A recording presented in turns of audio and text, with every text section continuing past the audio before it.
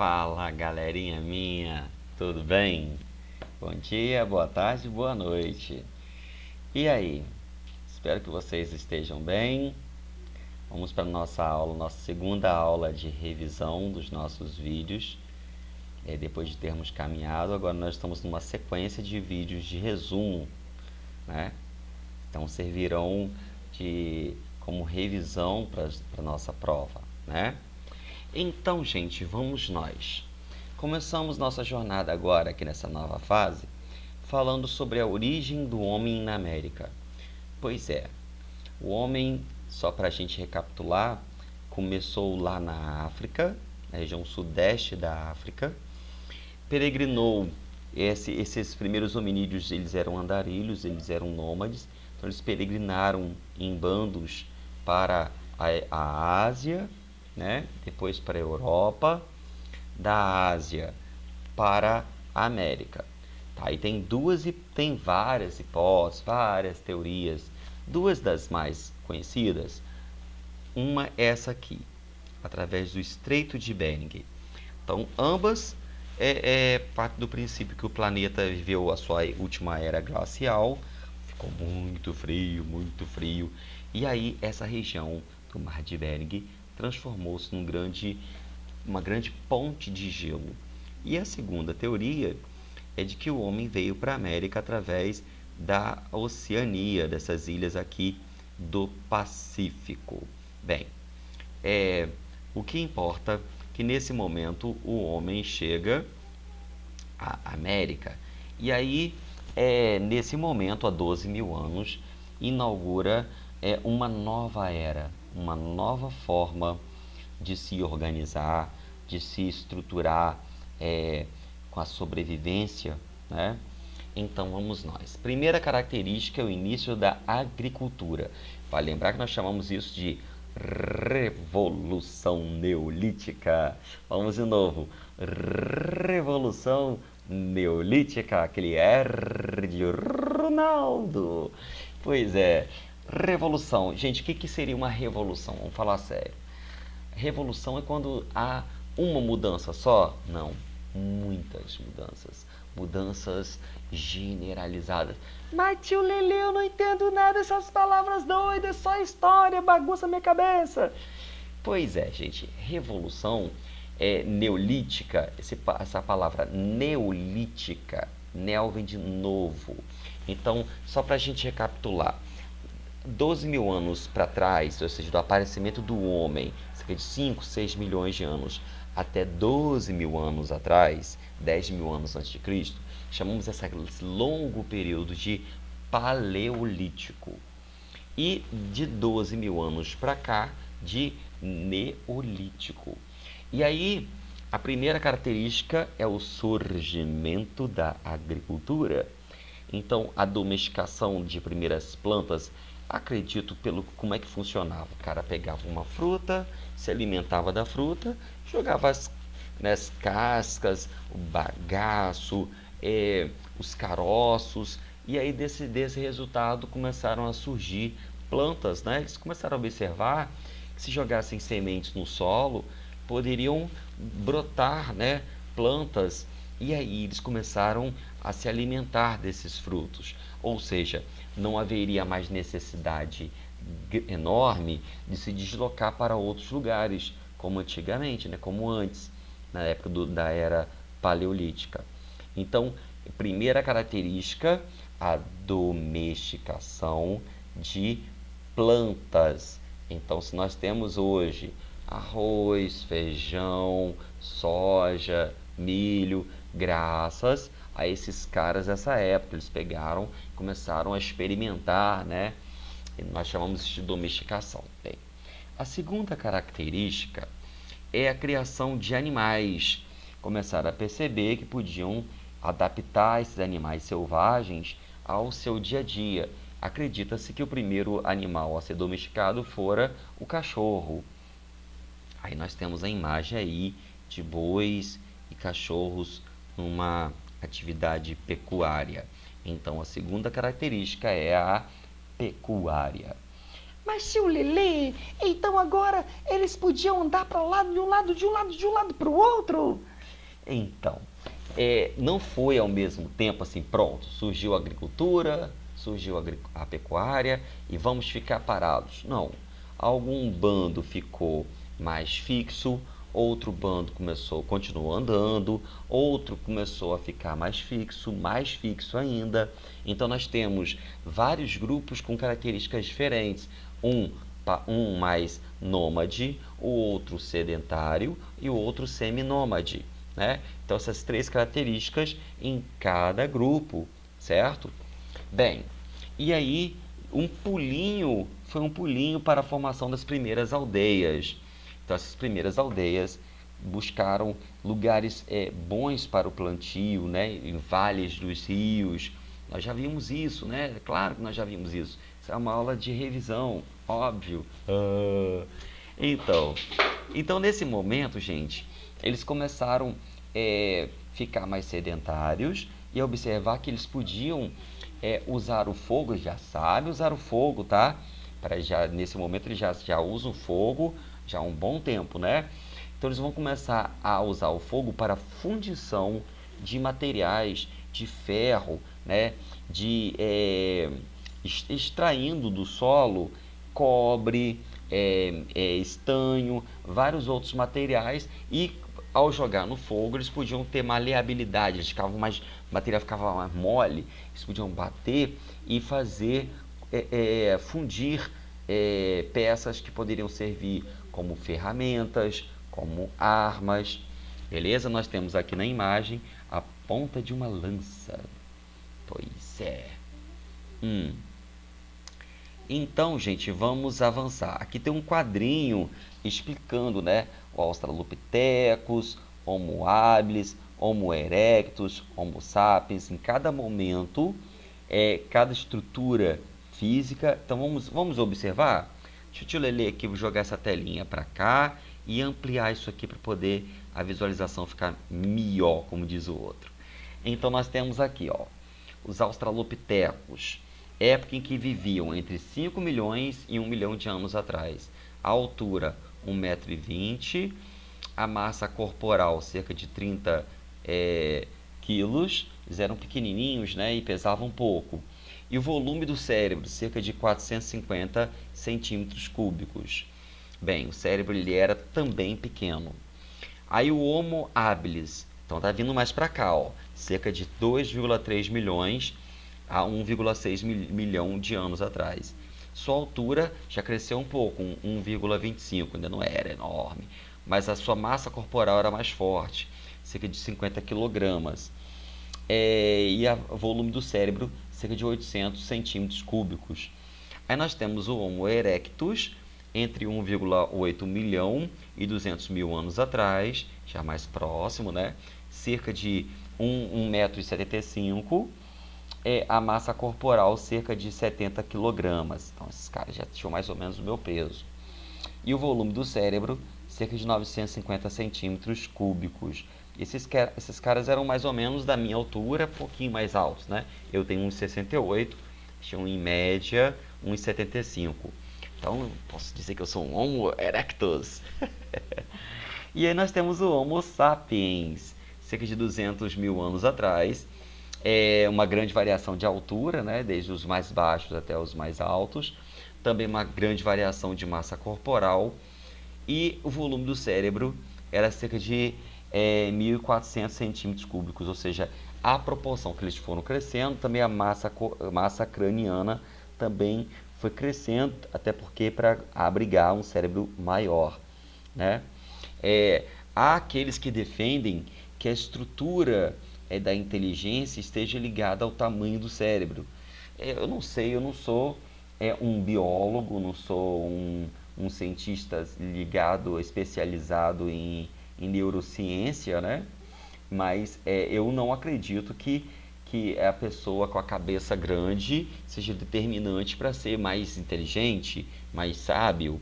Mas, coincidência ou não, tem esses dados aqui para a gente avaliar. O que vocês acham? Vocês acham que o cara com a cabeça pequena tem um pensamento mais lento, tem um pensamento mais limitado? Eu acho que esse é um determinismo meio complicado, não? Bem, gente, aí nós temos essas características. Aí eu vou passar um videozinho para vocês, dois vídeos. Um falando sobre lá na era dos dinossauros, lá no início do nosso planeta, milhões de anos atrás. E um outro vídeo falando sobre a origem do homem na América e no Brasil. Ambos são vídeos longos, então assim, eu sugiro que vocês, ao assistirem esse vídeo aqui, deem uma pausa para ficarem tranquilos, depois vão assistir com calma, mas assistam. Aliás, deixa eu dar uma dica a vocês, gente. Tem uma galerinha boa que está deixando acumular matéria. E essa galerinha está se embolando, né? E aí fica durante a semana desesperada com as atividades. Então, fiquem ligados. E a grande dica, não é titica não, a grande dica do Tio Lelê é que vocês façam as atividades de acordo com os vídeos dentro da semana para não deixar embolar. Até porque vão surgir um monte de outras atividades e vocês não darão conta. Então, prestem bem atenção. Na descrição desse vídeo, então tá na abinha, ela só clicar na abinha, mostrar mais, tá? Vai aparecer uma abinha de descrição do vídeo. O Tio Lelê vai colocar duas atividades, os dois links, os dois caminhos para os dois vídeos e também as duas atividades. Uma atividade falando sobre os dinossauros. E o vídeo é longo, não precisa ver todo. Ah, mas se eu posso assistir todo? Deve, tá? Mas se eu não quiser assistir todo, porque de repente estou com falta de tempo, alguma coisa assim, eu consigo fazer atividade? A resposta é sim, vocês conseguem fazer atividade. Até porque vocês já viram essa matéria, já viram, tem no matéria, tem no livro. Foi o primeiro assunto das nossas aulas, primeiras aulas. É mais um vídeo porque muita gente pergunta sobre os dinossauros. É uma curiosidade enorme. Nas primeiras aulas, quando o Tio Lelê falou sobre os dinossauros, ficou todo mundo lá. Mas Tio Lelê, e não sei o quê. É claro, gente, sabe por que essa curiosidade é normal? Essa curiosidade é porque é o desconhecido. Tem muitos filmes fantásticos sobre os dinossauros. Então isso aguça a nossa curiosidade. Aí, para matar essa curiosidade, Tio Lelê trouxe aí esse link para vocês assistirem, comer uma pipoquinha, um vídeo muito bem explicadinho, contando a história dos dinossauros no Brasil. Aí, durante as nossas aulas, dessas primeiras aulas, eu falei assim, olha, não posso mergulhar nesse assunto. É um assunto que não é exclusivo da nossa matéria. Quem é um especialista? Eu sou um historiador, né? Sou um especialista em história. Mas, Tio Lelê, e os dinossauros? Aí é um outro profissional de uma outra ciência. O nome dessa ciência chama-se paleontologia. Ui, cai do meu queixo, não. Brincadeira. Paleontologia. E o nome do profissional dessa ciência chama-se paleontólogo. Então, o paleontólogo, ele auxilia o trabalho de um arqueólogo, que são, né, afins, são primos, né? Eles ambos, desculpem, trabalham com resquícios antigos da história e auxiliam, adivinha qual a matéria? A ciência que o Tio Lelê trabalha, a história. Então a história depende de outras ciências, de outros profissionais, como o arqueólogo e o paleontólogo.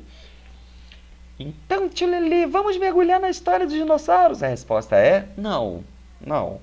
Mas é só para matar essa ansiedade, essa curiosidade, né? Então, gente, e o segundo vídeo, eu vou assistir alguns pedaços com vocês, tá bom? Vamos nós! A sala não terminou. Opa, meu computador deu uma travadinha, que beleza, que beleza. Aí abriu, prontinho. Vamos assistir um pedacinho dela. Dela não, dele, é do vídeo, documentário.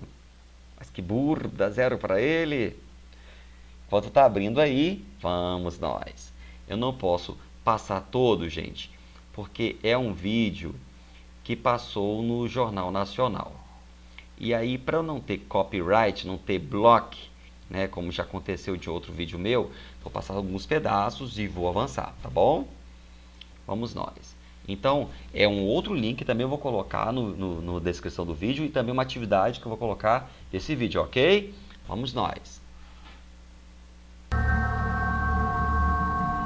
Cavernas.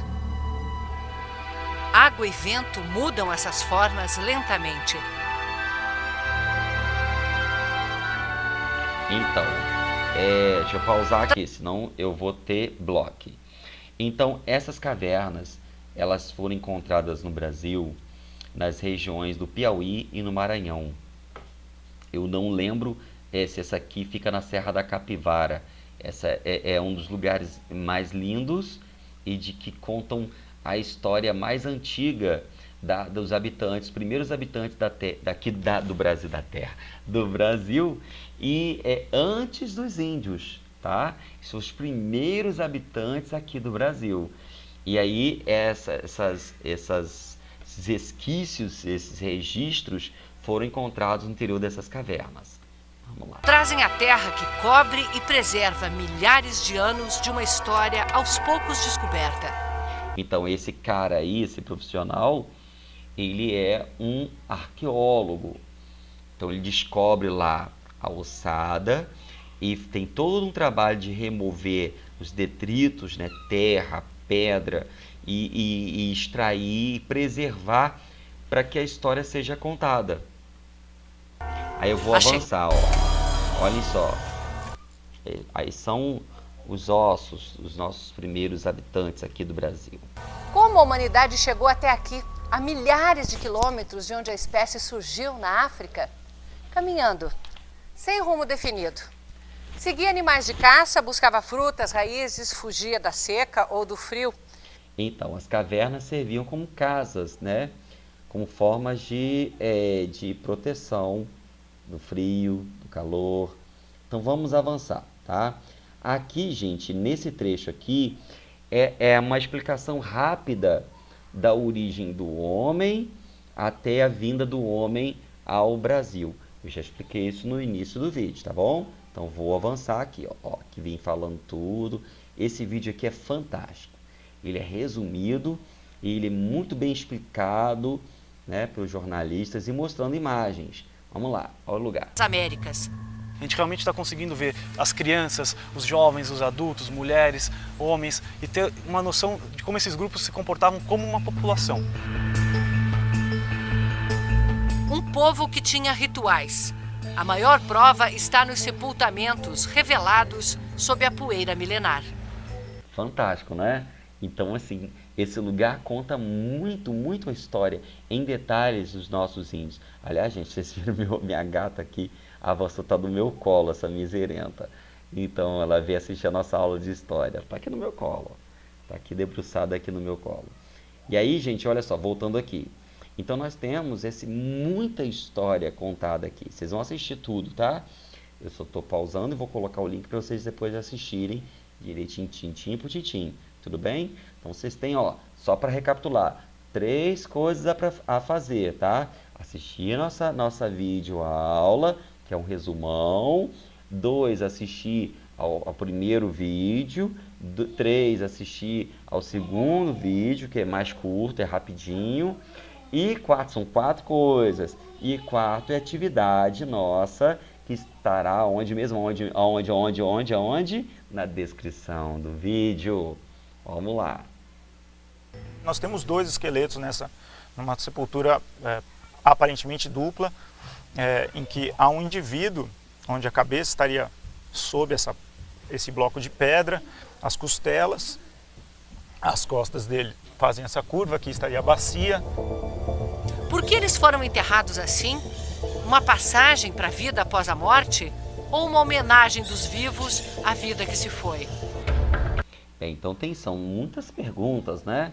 Muitas perguntas. Aí cabem aos historiadores respondê-las e contar a história para vocês. Então vamos avançar. A região para para dentro de uma caverna subterrânea que na estação das chuvas transborda formando um lago. Aqui, Peter Lund encontrou fósseis humanos junto com os de animais da chamada megafauna, bichos imensos que foram extintos há 10.000 anos, como a preguiça gigante, o tigre dente de sabre e o xenorrinotério, um parente do cavalo com nariz estranho. A partir daqui nós temos quase... Então, gente, olha só, observem a importância da água, né, como recurso para a sobrevivência humana. Nós vimos tantos vídeos, tantas aulas falando sobre isso, né? Já vimos falando dos rios Rio Nilo, rios Tigre e Eufrates, né? Esses rios, eles são fundamentais. Qualquer rio, o recurso hídrico, a água é fundamental para a sobrevivência. Não tem como a gente imaginar formação humana sem recurso d'água. Sem água a gente morre, né? Sem água não tem como praticar agricultura. Então são fundamentais para a realização das atividades básicas de sobrevivência humana. E aí eles tinham essas cavernas aí como casas, né, como proteção. E vocês viram também os animais que já foram extintos, né? Parentes do nosso tigre dente de sabre.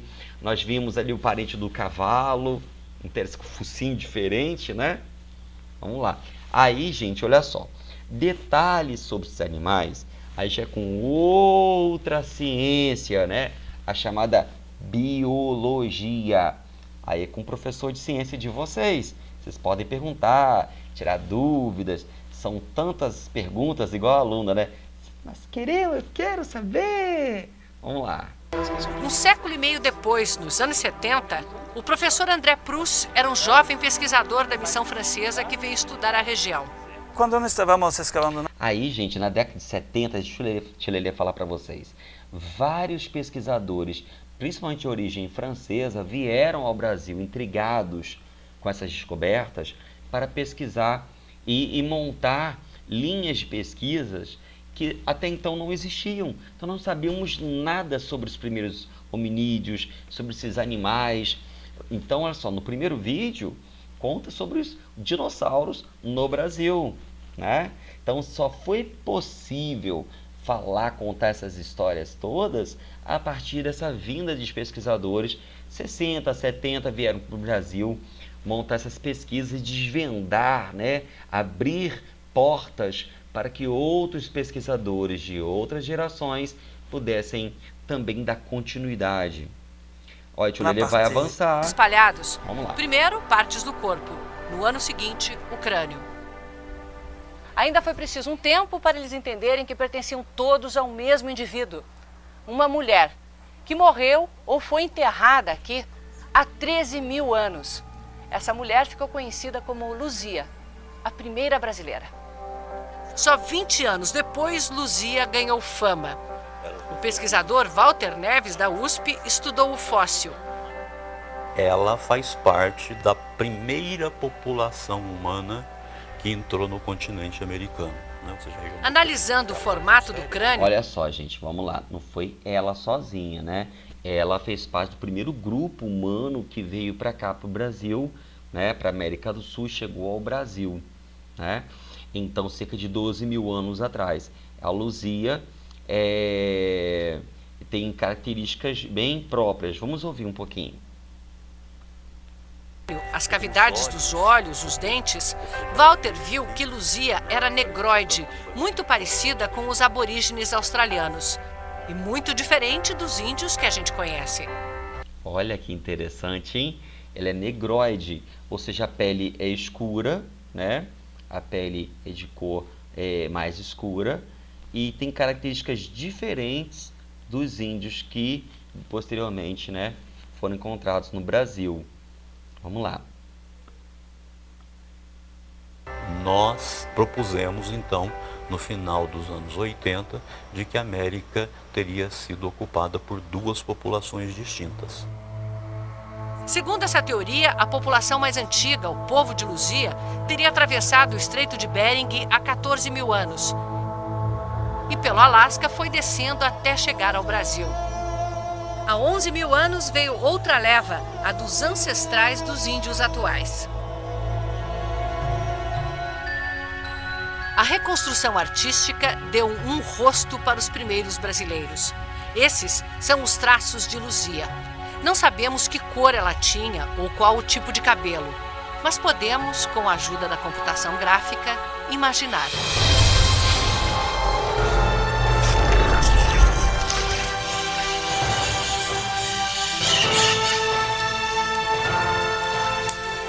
E não é só o rosto. A cada vez que os pesquisadores encontram um fóssil, uma ferramenta, restos de uma fogueira, é como se abrissem uma janela para o passado, que nos permite ver e reconstruir a vida que levava o povo de Luzia. Então, gente, hoje em dia, nós conseguimos, através de escaneamento, um scanner, reproduzir, construir a estrutura muscular, a estrutura. Às vezes está faltando uma parte do osso. O scanner, ele remonta, a partir de uma parte, ele remonta a outra e monta a estrutura da face. E a partir daí, vocês estão vendo ali, aquela ali não é uma atriz, não. Aquilo é uma computação gráfica. Ali é um jogo de câmeras. A jornalista, a repórter, está sentada num banco ou numa pedra, que possivelmente tenha sido o cenário aí. E aí, no fundo, uma tela. De repente está no estúdio, ela está sentada numa pedra e o fundo verde, está sendo colocada aí uma imagem montada em computador. Interessantíssimo, né? Então, vocês observem que há duas características dos povos distintos que habitaram. Isso é uma teoria, tá, gente? A gente não tem certeza de nada. Ninguém viveu aquela época, não tem como provar isso. É uma teoria. Como essa ossada, ela foi muito característica de um povo, que mesmo grupo, então dá para se chegar a essa conclusão. Nós temos, assim, hipóteses. E a outra, que é um outro povo que veio há cerca de 14 mil anos, né, pelo Estreito de Bering. Vocês estão observando que eu falei 12 mil anos? E aí na reportagem falou 11 mil anos, e o primeiro hominídeo que a Luzia fez parte 14 mil anos. Então, ou seja, não tem uma precisão. Depende de onde você pesquisa, de onde você lê, vai ter números diferentes, né? Então, nós podemos colocar assim, cerca de entre 14 e 11 mil anos, é mais ou menos isso, né? Sendo que em dois momentos diferentes. Então, meu irmão estava conversando comigo na semana passada e ele falando sobre as características dos índios aqui do Brasil. Ele falou assim, não, mas os índios que vivem lá isolados no meio da floresta, eles são de uma raça pura. Eu falei, rapaz, meu irmão chama-se Aloysio, eu chamo de Zinho. Eu falei, Zinho, olha, não é bem assim. Diz a história que houve misturas, né, cruzamentos entre grupos distintos ao longo da sua existência. Então, esse primeiro grupo que deu origem à Luzia, o grupo da Luzia, podemos dizer que era uma raça, né? Mas a proporção que esses grupos foram se misturando, e não tem mais raça. Então, nós podemos chamar de etnias, certo? Vamos avançar. A vida dura. Poucos passavam dos 35 anos. E eles não viviam nessas cavernas. Eram nômades, caçavam, colhiam frutas, muitas raízes. Nessas cavernas eles passavam alguns dias, se abrigavam e seguiam em frente. O povo de Luzia era exatamente igual a nós. Tinha as mesmas habilidades, a mesma inteligência que nós. Éramos nós, antes das cidades, do desenvolvimento, da agricultura, iguais a nós, num mundo muito diferente e perigoso. Então, esses grupos estão vivendo na era neolítica, na Revolução Neolítica. Então, nesse momento, está surgindo a agricultura, está surgindo a pecuária, e os grupos estão deixando aos poucos, deixando de ser nômades para ser seminômades, depois sedentários.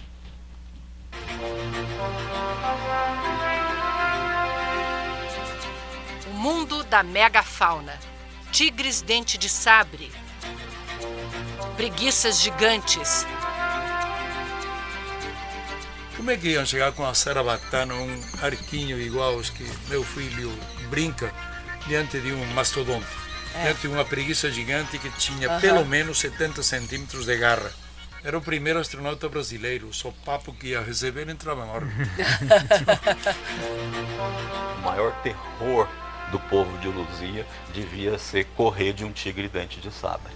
Por razões que nós não conseguimos explicar, eles não caçavam essa megafauna. Mas entre as 70 mil peças do Museu de Ciências... Então eles caçavam pequenos animais, né? Essa megafauna, esses animais maiores, eles eram os predadores dos animais menores. É uma questão óbvia, né? Mas eu fico imaginando, né, gente, o medo, né? Como que era perigoso sobreviver nessa época. Então vocês imaginem por que esses caras, essas pessoas, esses homens, esses hominídeos, não eram gordos. Porque primeiro não havia abundância de alimentos. E segundo, eles tinham que estar o tempo todo em movimento. O tempo todo correndo, nadando, caçando, subindo em árvore, fugindo de animais, né? Nós vimos no vídeo, no filme A Guerra do Fogo, essa situação acontecendo, né? Que correr de um tigre dente de sabre. Então era perigoso o tempo todo, perigoso. Por isso que eles preferiam morar no interior das cavernas, né? Era mais fácil, era mais protegido. Vamos lá, mais um pedacinho para a gente terminar. Ciências Naturais de Belo Horizonte, o professor Cartelli tem provas de que eles não desperdiçavam a carne se encontrassem o bicho morto, um osso de preguiça gigante. Este osso equivale aqui. É este osso Esse aqui. Aqui houve nitidamente um trabalho de arrancar aqui esses cortes. Neste sentido, a natureza não pode fazer isso. Então eles encontravam, por exemplo, um animal morto, mesmo que estivesse morto durante alguns dias ou semanas, não sei, eles aproveitavam a carne para comer, né?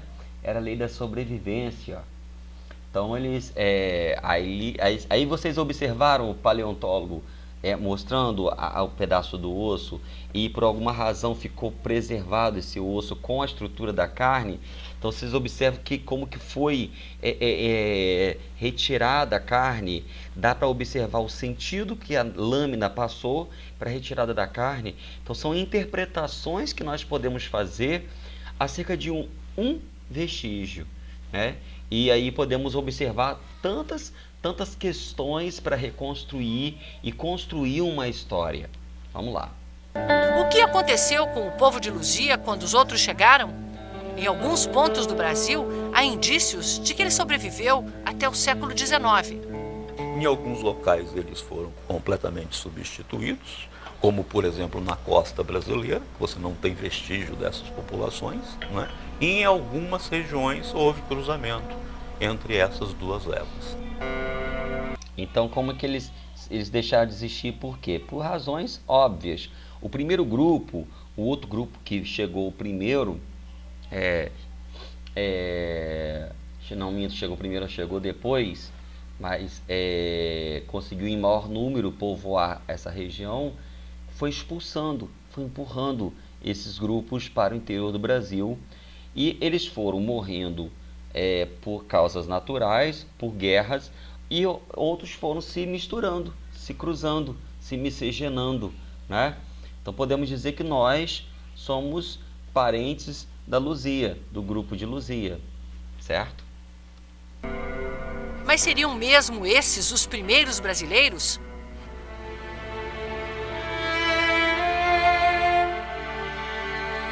Serra da Capivara, Piauí. Região arqueológica declarada pela Unesco Patrimônio da Humanidade. Esse lugar, esse é o lugar para pesquisar, para conhecer. Serra da Capivara. É essa região que o tio Lelê falou na aula, né? Que foi a Niede Guidon, uma pesquisadora de origem francesa, a grande precursora, né? A primeira a lançar uma pesquisa na década de 70 ainda no Brasil. Ali tem a origem, né, da nossa história, a chave para entender tantos questionamentos. Vamos só mais o último pedacinho.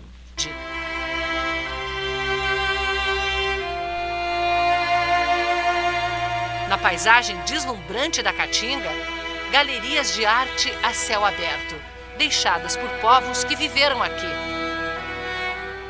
Um registro rico da fauna da região quando havia aqui uma floresta úmida. Cenas de uma sociedade que valorizava a interação social. Danças, festas.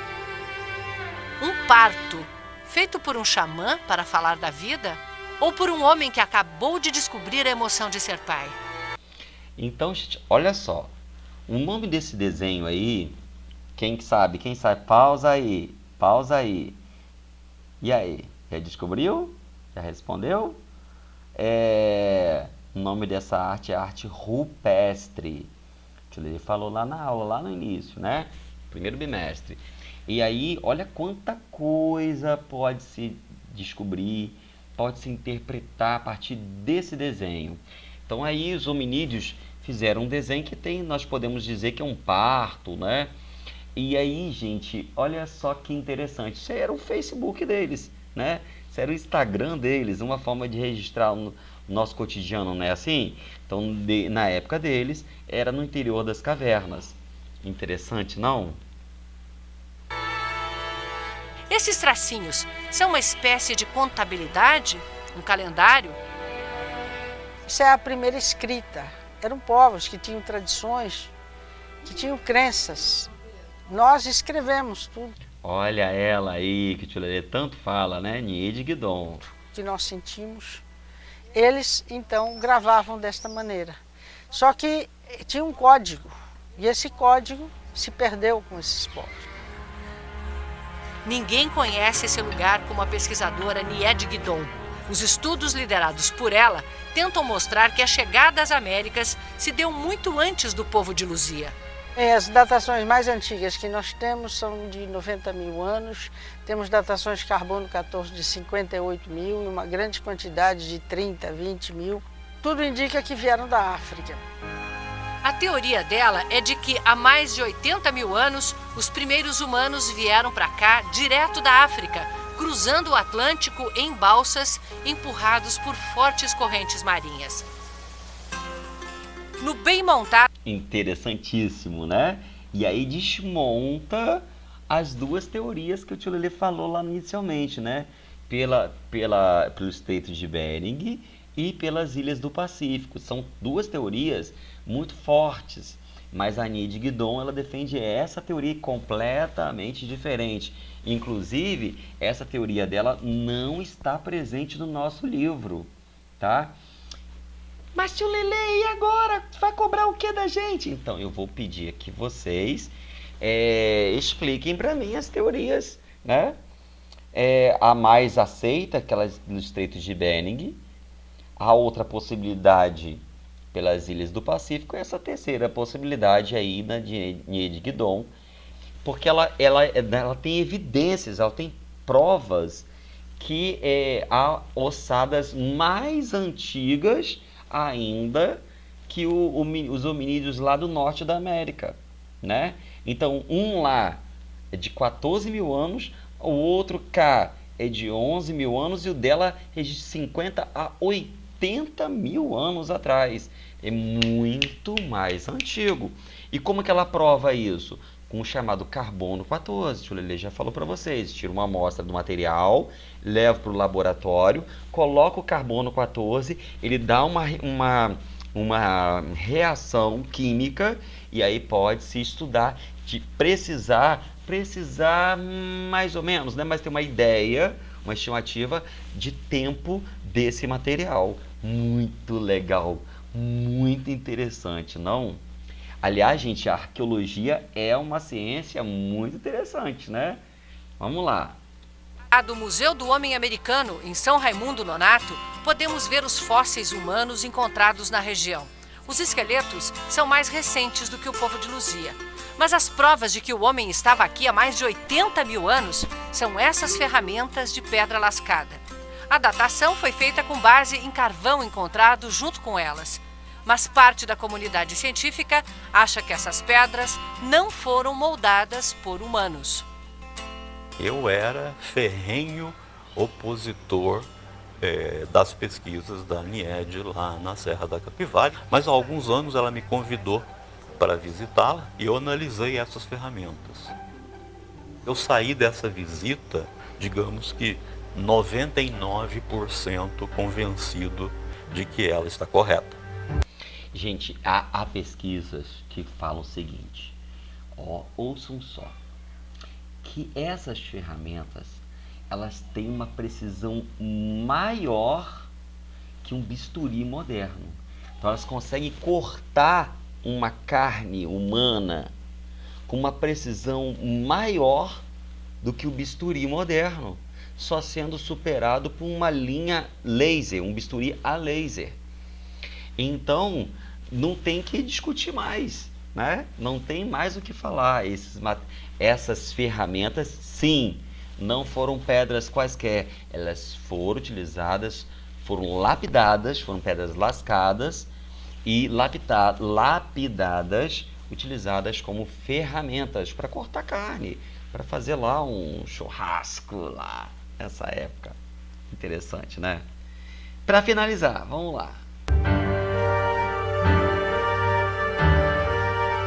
O elo perdido, que vai revelar quando de fato os primeiros brasileiros chegaram, está enterrado em algum ponto do Brasil, esperando para vir à luz.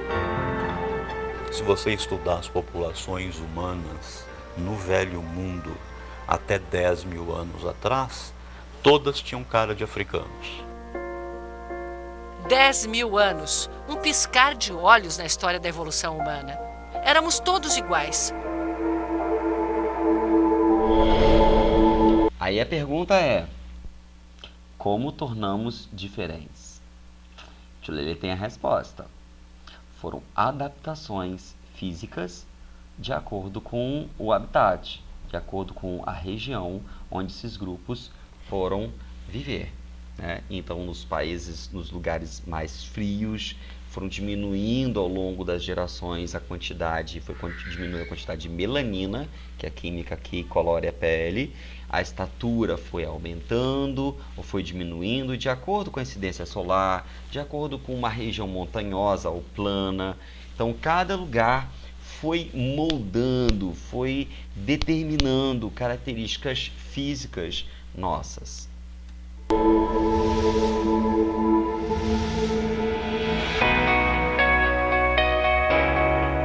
Foi o ambiente onde os humanos se estabeleceram que mudou traços, cores, criou a diversidade humana, mas não mudou a espécie, que continua única, igual. Então, somos todos da raça humana, todos oriundos da África. Então, galerinha minha, finalizando o nosso vídeo, lembrando a vocês, nós temos 2 links e 2 atividades na descrição do vídeo. Então, não esqueçam de assistir esses 2 vídeos na íntegra e responder a essas atividades, beleza? Então, espero que vocês tenham gostado desse nosso aulão, nossa revisão, né? Então, um beijinho nas crianças, até mais!